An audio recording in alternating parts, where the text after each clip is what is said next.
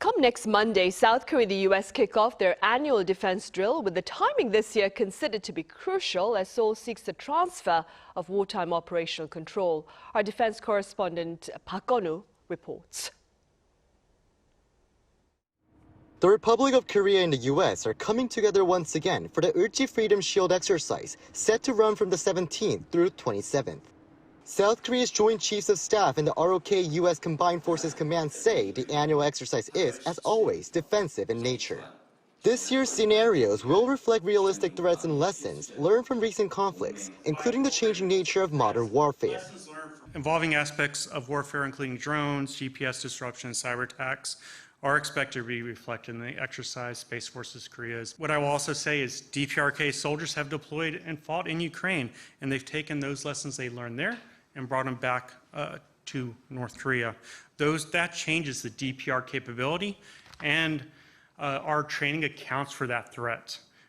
The annual exercise is drawing particular attention this year as a potential milestone in the transfer of wartime operational control, or OPCON, an issue expected to feature prominently at this year's Security Consultative Meeting.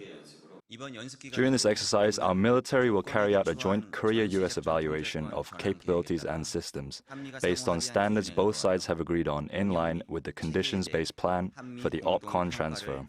If those standards are met, we expect to be able to propose the verification of the future Combined Forces Command's full operational capability, along with a transfer timeline at this year's SCM.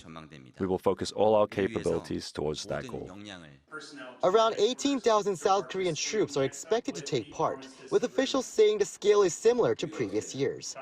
The United Nations Command will also participate, with 70 personnel from 12 member states, including South Korea and the U.S. The deputy commander says the coalition of multinational countries is more important than ever.